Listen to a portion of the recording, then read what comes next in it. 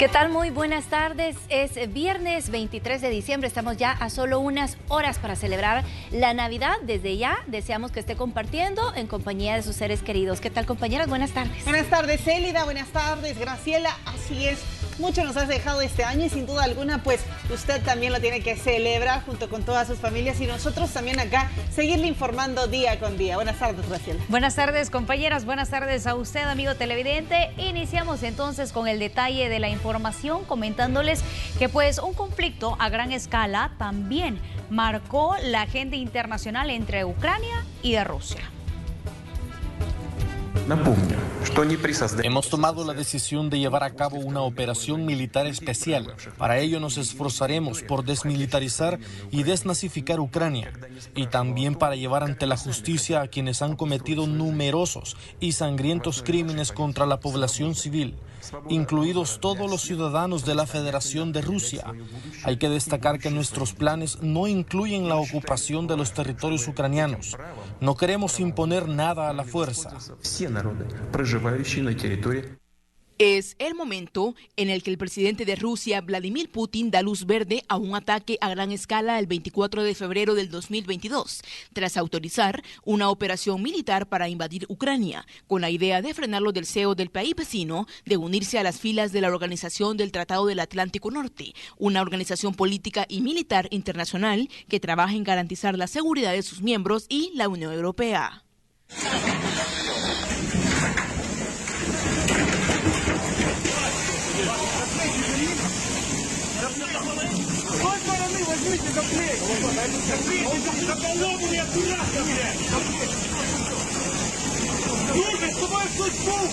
Las sirenas del ataque aéreo sonaron sobre Kiev, la capital ucraniana, y el presidente Volodymyr Zelensky advirtió que si alguien intentaba arrebatar su tierra, la libertad y las vidas se defenderían. Las palabras las grabó él mismo con su teléfono celular para emitir un mensaje a los ucranianos y al mundo sobre lo que estaba ocurriendo. Sí, ustedes, estimados líderes europeos, líderes mundiales, líderes del mundo libre, no nos ayudan y no nos ayudan bien, mañana la guerra tocará a sus puertas. Por favor, ayuden a los ucranianos. ¿Y qué pueden hacer los ucranianos? Unirse a la defensa. Así no permitiremos al enemigo que avance. Ayuden al sistema médico donando sangre. Y es que Putin anunció el ataque en medio de una sesión de emergencia del Consejo de Seguridad de la ONU, donde de inmediato los diplomáticos reaccionaron en el organismo y condenaron la acción por parte de los rusos. Y agradezco la decisión de algunos miembros de este Consejo de reunirse cuanto antes para considerar las decisiones pertinentes necesarias a fin de condenar la agresión que han iniciado contra mi pueblo. No existe purgatorio para los criminales de guerra. Van directamente al infierno, porque es demasiado tarde, queridos colegas, demasiado tarde para hablar de escalada. El presidente ruso ha declarado la guerra a Ucrania. ¿Quieren que proyecte el vídeo de su presidente? Señor embajador, ¿lo hago ahora? Contestaré las preguntas que ha formulado. Todo lo que él pregunta, yo ya lo he dicho, no despertaré a estas horas al ministro Lavrov. Se les comunicará la información relativa a esta operación militar especial en su debido momento. Se trata de una operación militar especial, no de una guerra.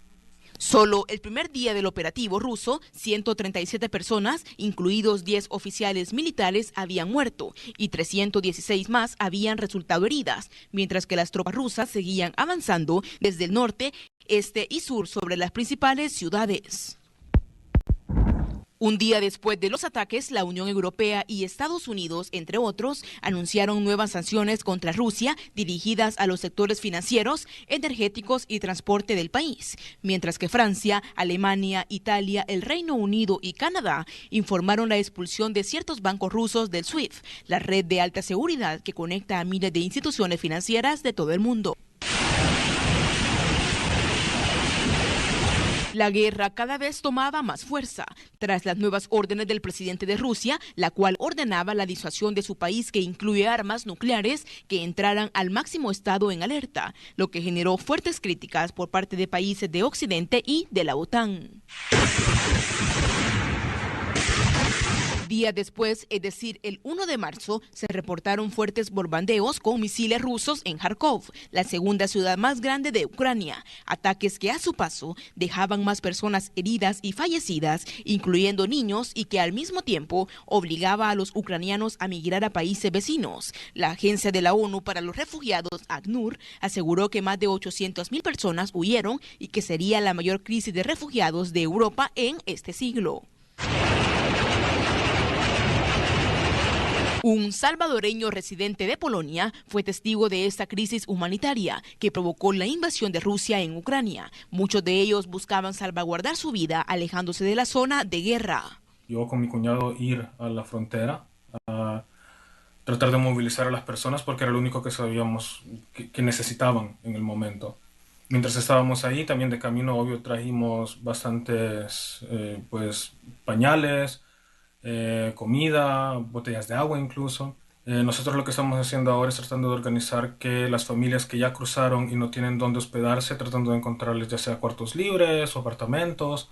Por ejemplo, si tengo que cocinar para mi familia ya y sé que hay otra familia en esta misma ciudad que también no tiene cómo conseguir una comida caliente, puedes cocinarles también extra, empacarlo, írselos a dejar si es posible.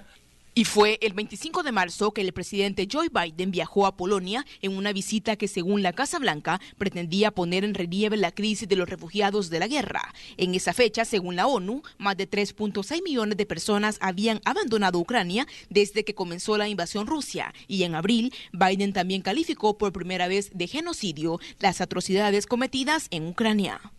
Por su parte, la ONU seguía advirtiendo de un posible huracán de hambre e incluso podría colapsar el sistema alimentario y económico de los países debido a la escasez de productos y la inflación que provocó a nivel global. Un hombre eligió esta guerra. Un hombre puede terminarla porque si Rusia deja de luchar, la guerra termina. Si Ucrania deja de luchar, Ucrania desaparece. La ONU también documentó casos de crímenes de guerra cometidos por Rusia en Ucrania, mismas que están recogidas en el primer informe de la delegación enviada por el Consejo de Derechos Humanos que detalla el número de ejecuciones perpetradas, el uso de bombas y misiles en zonas residenciales. En los casos que hemos investigado, la edad de las víctimas de violencia sexual y de género oscilaba entre los 4 y los 82 años. La comisión ha documentado casos en los que los niños han sido violados, torturados y recluidos ilegalmente. Los niños también han sido asesinados y heridos en ataques indiscriminados con armas explosivas. Mientras que Rusia seguía negando estas acusaciones, donde señalaron que los crímenes eran parte de una campaña en su contra y la desinformación que se ha generado en medio del conflicto y las sanciones económicas. Contradicción está en lo que persiguen por esta guerra mediática y los fines suyos son muy claros, destruir aún más la Federación de Rusia y todos sus enemigos entre las comillas o los países que están en contra, no comparten con ellos estos valores occidentales de la democracia. Desde que se logró el objetivo de la propaganda, nadie recuerda a Bucha, excepto nosotros. La delegación ucraniana ante el Consejo de Derechos Humanos de las Naciones Unidas pidió la creación de un tribunal especial que pueda juzgar la invasión de Rusia en su país, para que no exista impunidad para los atacantes. Y fue precisamente la Unión Europea quien dio el primer paso y anunció que trabajará con socios internacionales y estimó el daño a Ucrania en unos 621 millones de dólares.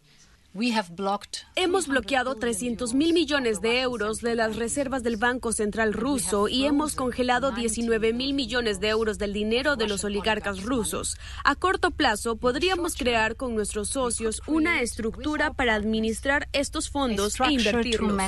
A más de 9 meses del inicio de la guerra, esta invasión de Ucrania por parte de Rusia continúa y tal parece que los combates en varios puntos del país no se detendrán, al igual que los bombardeos sobre las ciudades ucranianas.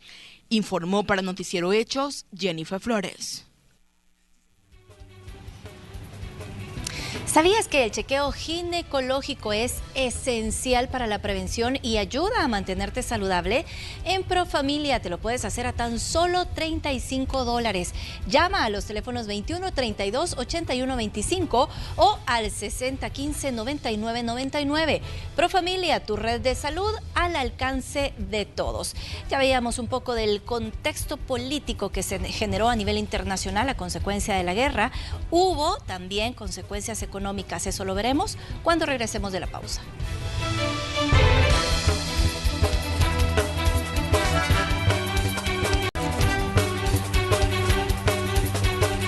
Gracias por continuar con nosotros. Una burbuja financiera cubrió el mundo. Eso implicó no solo el acelerado coste de los productos y servicios, sino también un atraso en la cadena de suministros. En algunos países hubo descontentos que derivaron en protestas y en otros, como El Salvador, se tomaron medidas económicas para evitar aún más el encarecimiento de los insumos básicos. Un año negro fue lo que vivieron las economías mundiales durante este 2022. Tras un aumento porcentual en la inflación que se vio reflejado en el alto costo de los productos de primera necesidad, generando un incremento de 13.2 millones de personas que padecen hambre en América Latina. En total, según la Organización de las Naciones Unidas, son más de 56 millones de personas las que viven en esta situación en la región. Ante este desequilibrio económico, el secretario general de la ONU advirtió de una crisis alimentaria mundial para el 2023. El mundo vive momentos sumamente difíciles. Es esencial que se sigan eliminando todos los obstáculos restantes a la exportación de fertilizantes rusos y sus ingredientes, incluido el amoníaco. Estos productos no están sometidos a sanciones y estamos avanzando para suprimir los efectos indirectos. La Carta de las Naciones Unidas y los ideales que representa están en peligro. Tenemos el deber de actuar. Y sin embargo, estamos bloqueados por una disfunción global de proporciones enormes. La comunidad internacional no está preparada o no está dispuesta a afrontar los retos de nuestra época, que son enormes y trascendentales. Esta crisis amenaza el futuro mismo de la humanidad y el destino de nuestro planeta.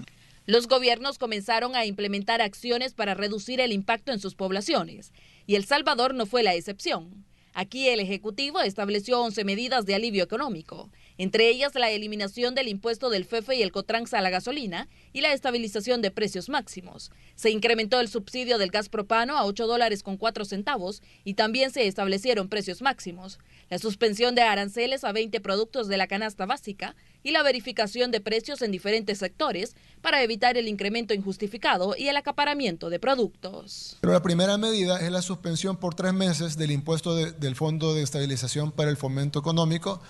Lo otro es que vamos a suspender también por 3 meses, prorrogables, dependiendo si la crisis continúa o no. Si no continúa, pues regresa. Si continúa, pues lo vamos a seguir. Se va a hacer otro decreto para renovar la suspensión del impuesto de contribución al transporte, el Cotrans. Hay que desplegar inspectores de la Defensoría del Consumidor, más, incluso hay que contratar más inspectores para poder desplegar no solo en las embarcaciones y en los lugares de distribución, sino también en las gasolineras, en las bombas. Como era de esperarse, los primeros en reportar un alza fueron los alimentos y productos de primera necesidad, incremento que se mantuvo a lo largo del año, lo que llevó a que el precio de la canasta básica subiera a $237.89 en el área urbana, es decir, $27.32 más que el año pasado. Y en la zona rural cuesta $183.36, un alza de $29.81 en comparación con el 2021, según la Oficina Nacional de Estadísticas y Censos.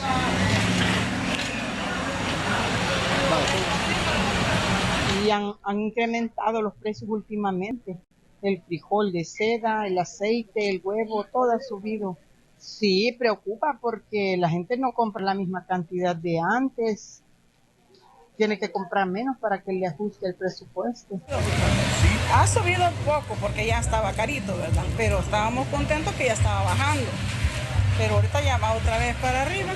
Uno de los sectores fuertemente afectados ha sido la empresa privada, debido al alto costo de las materias primas a causa de la crisis logística, lo cual les ha cobrado factura, según el presidente de la ANEP, pues muchas empresas han tenido que absorberlo para no afectar al consumidor final.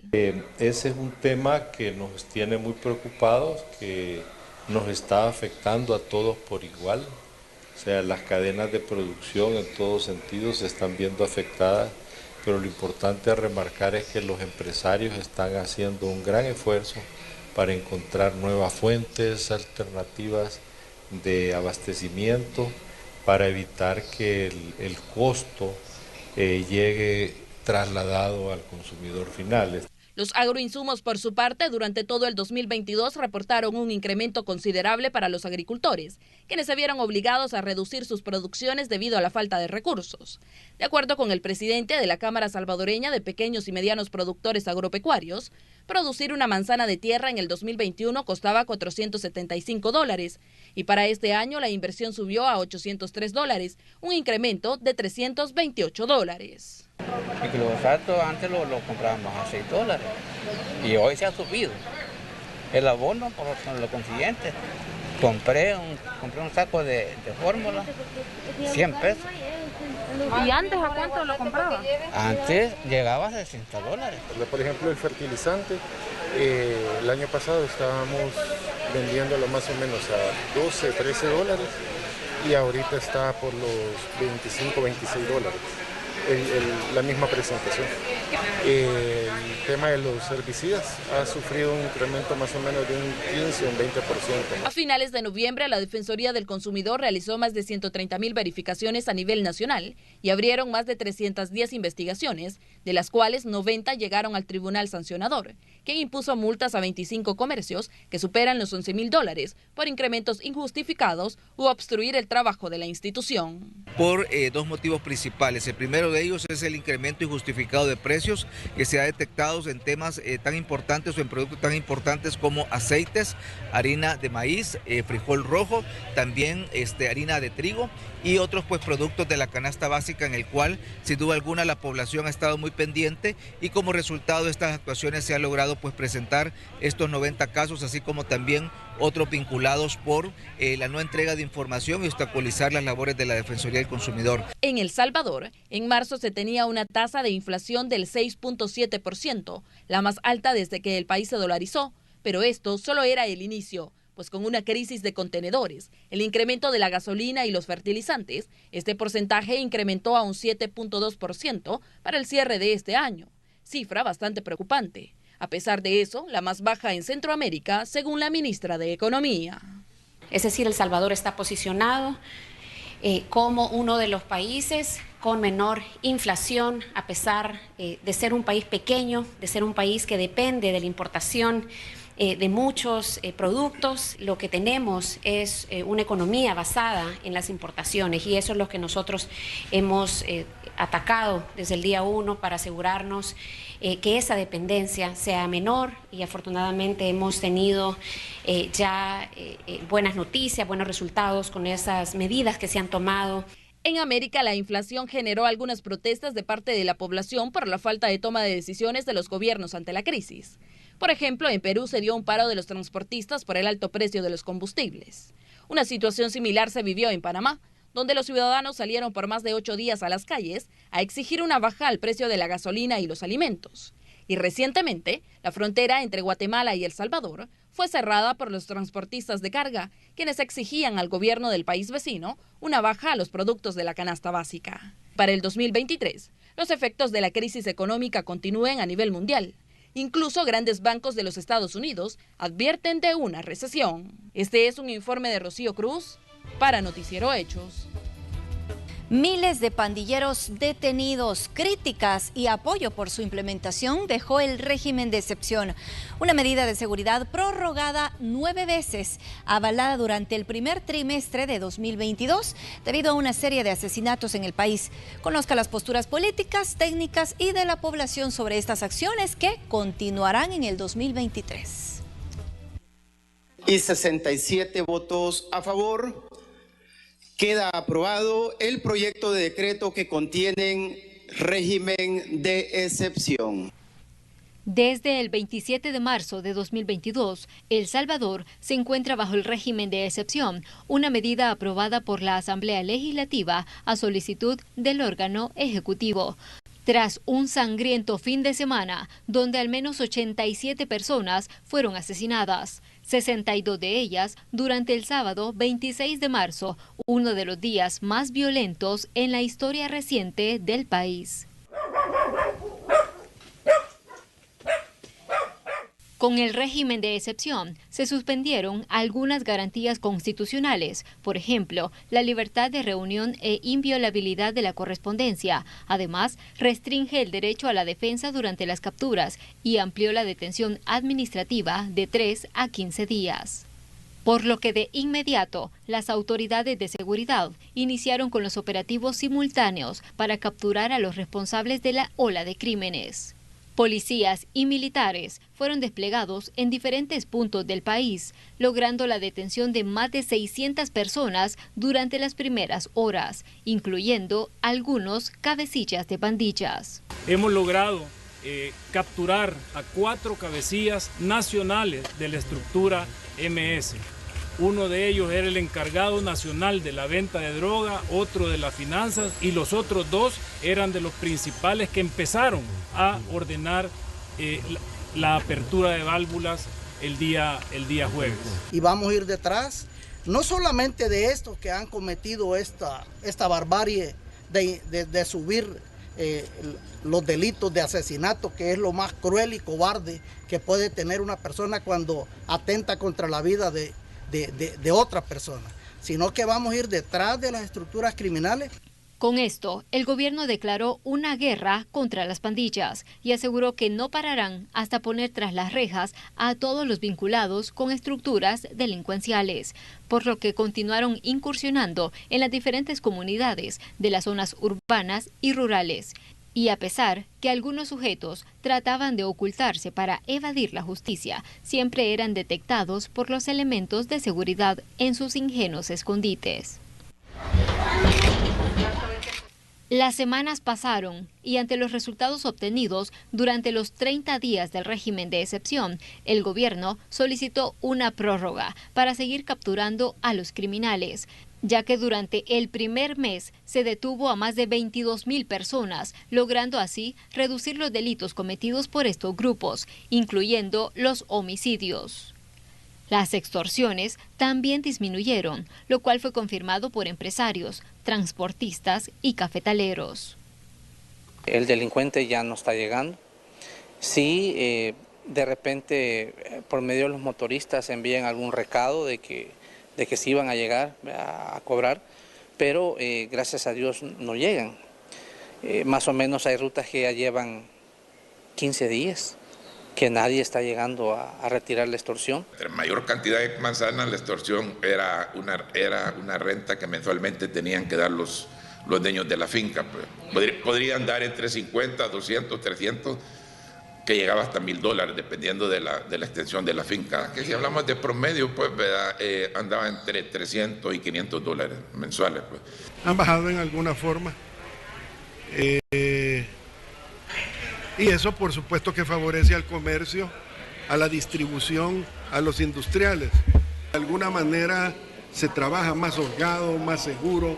Algunas empresas que tenían incluso presupuestado algún monto para el tema de las extorsiones, entendería yo, no me consta que podrían haber disminuido en ese sentido. La población también opinó sobre esta medida, que fue apoyada por muchos salvadoreños y cuestionada por otros. Se ha notado una mejoría de tranquilidad,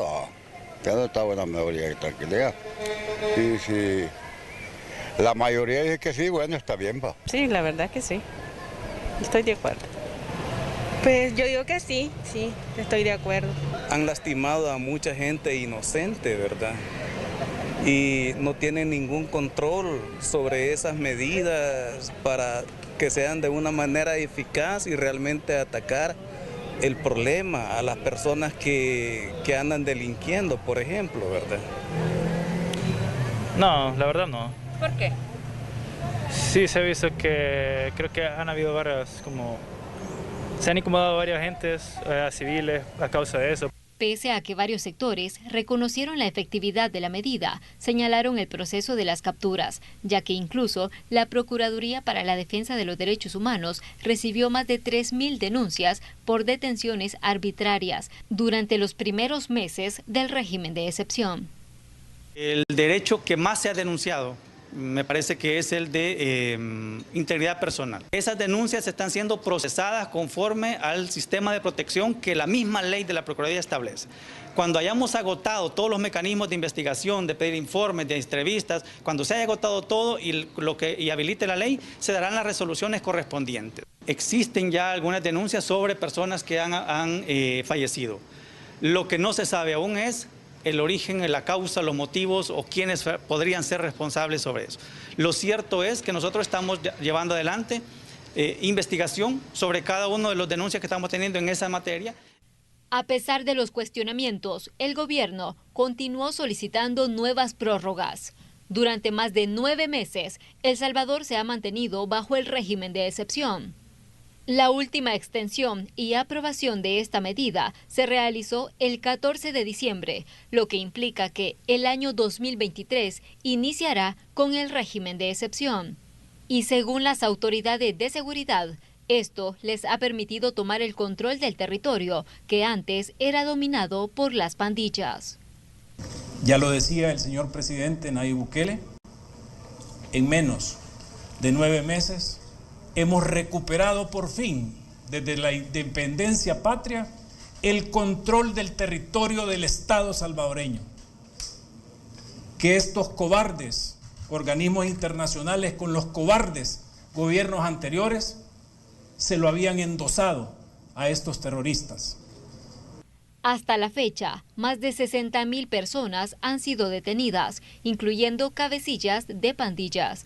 Además, se han incautado cerca de 2.000 armas de fuego, 14.230 celulares, 2.448 vehículos y más de 1.4 millones de dólares.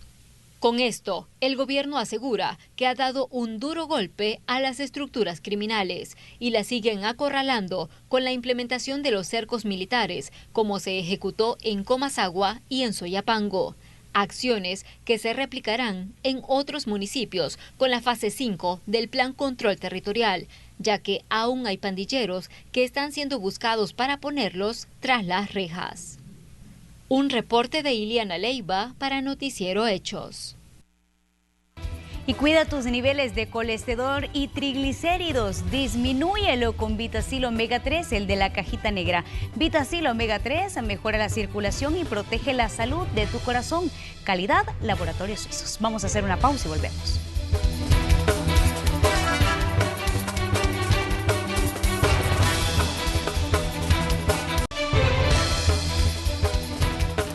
Gracias por continuar informándose con Noticiero Hechos. Cada año las lluvias y los periodos secos impactan más en los países. Naciones Unidas ya advirtió sobre la problemática y urgen que los países hagan algo al respecto.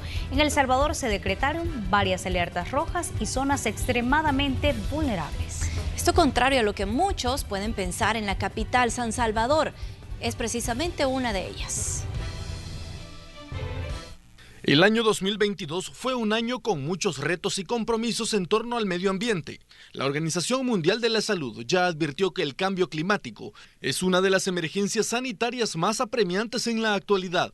Según el informe especial de esta institución, los fenómenos meteorológicos extremos como olas de calor, tormentas e inundaciones se cobran miles de vidas y afectan a millones de personas. Al mismo tiempo, amenazaron este año los sistemas de salud y la infraestructura de las ciudades, colocando a diversas poblaciones en situaciones de vulnerabilidad. La contaminación del aire es responsabilidad de la muerte de miles de personas cada año y según la OMS, reducirla disminuiría el número total de muertes en todo el mundo en un 80%. El presidente de Estados Unidos, Joe Biden, anunció en el mes de julio que su gobierno hará una multimillonaria inversión para tratar de reducir los severos daños del cambio climático. El daño ya se está haciendo y esta crisis afecta a todos los aspectos de la vida cotidiana. Es por eso que hoy estoy haciendo la mayor inversión de la historia, $2.300 millones para ayudar a las comunidades de todo el país a construir una infraestructura diseñada para enfrentar toda la gama de desastres que hemos visto hasta ahora. Calor extremo, sequías, inundaciones, huracanes, tornados.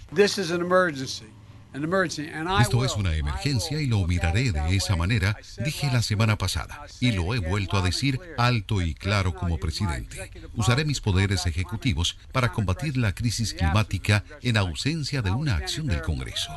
En el mes de octubre, Centroamérica sintió el impacto más fuerte del cambio climático, como los estragos que dejó el fenómeno natural Julia. Entró como huracán en Nicaragua y golpeó la región con vientos sostenidos de más de 70 kilómetros por hora y abundantes precipitaciones. Según el recuento, el ciclón dejó al menos 28 personas fallecidas, la mayoría en Guatemala, pueblos enteros inundados, centenares de casas destruidas y daños importantes en carreteras y otras infraestructuras. En El Salvador, Julia se degradó a tormenta tropical, pero sus vientos y la acumulación de agua fue mortal en algunos puntos. Se reportaron al menos 10 personas fallecidas debido a estas lluvias que duraron hasta 4 días. Las inundaciones por desbordamientos de ríos fueron constantes, sobre todo en la zona más cercana al Río Grande en San Miguel y Usulután. Que la población sepa que el nivel de alerta ya es nivel rojo, de hecho ya estamos en emergencia, y esto significa de que también le faculta a todas las autoridades, desde el Ejecutivo hasta las municipalidades, poder implementar acciones en su territorio. Insisto a los que aún no quieren evacuar, hay que recordar que por lo menos en las zonas donde la topografía es accidentada, donde la incidencia de movimientos de ladera, sean estos derrumbes, deslizamientos o deslaves, sigue siendo alta, la vulnerabilidad sigue siendo alta. Al otro lado me cayó una rama de jocote y se abrió, me ha quedado desnivelada. Tremendo, porque se me mojó todo. Ahí no tenemos pues ni ropa seca, todo quedó destruido todo. Llovió, mire que yo eran las 2 de la mañana y no me podía dormir, porque nosotros tenemos el problema aquí de Cerrillo que viene minando para acá, y entonces uno se le ve el sueño, porque ahí por lo menos al lado de esa casa hay una gran cueva, una gran carga que viene para acá. Eso viene que a medianoche se oyen los pocos de tierra que caen. Por lo menos esa iglesia ya se cayó. Mire aquí, ya este puente ya se va a ir. Y todo, mire ahí los muros, enfoque esos muros así, mire, y aquí está minado todo. Ve ahí, está minado, ve. Los deslizamientos de tierra también fueron mortales en Guatemala, donde las autoridades informaron que 8 personas fallecieron tras un derrumbe en Santa Eulalia, una comunidad indígena localizada en el oeste del país. Guatemala registró un total de 14 muertos y casi 500,000 de damnificados. Pero la furia de Julia también dejó graves daños a la infraestructura de ese país, que incluyen más de 600 viviendas dañadas, 86 escuelas afectadas, casi 50 carreteras y 9 puentes destruidos. Ambientalistas reiteran que los cambios en El Salvador y en el mundo deben hacerse lo antes posible, pero iniciando con políticas públicas para así revertir los daños que generan sobre todo las lluvias. Para luchar contra el cambio climático es definitivamente la descarbonización, es decir, que todas las empresas, los seres humanos tenemos que transitar hacia una economía baja en carbono. ¿Y cómo hacemos esto? Bueno, ahorrando energía, utilizando transporte alternativo, generando y propiciando energías renovables, por ejemplo. Debería ser ley, ¿verdad? Ley, que todas las alcaldías separen sus desechos orgánicos de los otros, y los orgánicos los conviertan en abono. Mire, todos los plásticos desechables deberían prohibirse, todos los vasitos térmicos. ¿Por qué no tacitas que se puedan lavar? Tras semanas de negociaciones y con la celebración de la Conferencia de las Naciones Unidas sobre el Cambio Climático, se anunció la creación de un fondo que será destinado a los países más expuestos a los fenómenos naturales y hacer frente a las pérdidas que estos generen. No hay fondos como país para enfrentar el cambio climático, sin embargo hay convenios internacionales que nos pueden aportar ese tipo de fondos para nosotros mitigar esos efectos que podemos tener en el país, ¿verdad? Porque vamos a ser los mayormente impactados, y a nivel internacional pues hay acuerdos de aportar cierta cantidad de dinero para estos países que necesitan adaptarse. Sin embargo, en esta cumbre no salió adelante un llamamiento que querían algunos países y organizaciones ecologistas para eliminar progresivamente el uso de los combustibles fósiles, principales responsables del calentamiento global. Este es un informe de Néstor Hernández.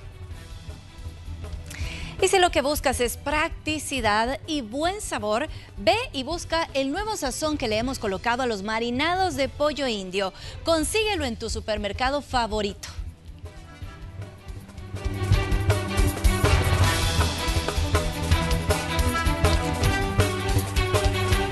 Así concluimos esta emisión de Noticiero Hechos. Gracias por habernos acompañado y desde ya le deseamos felices fiestas de Navidad. Les enviamos un fuerte abrazo y les damos el agradecimiento como siempre por acompañarnos día con día en Noticiero Hechos de la tarde.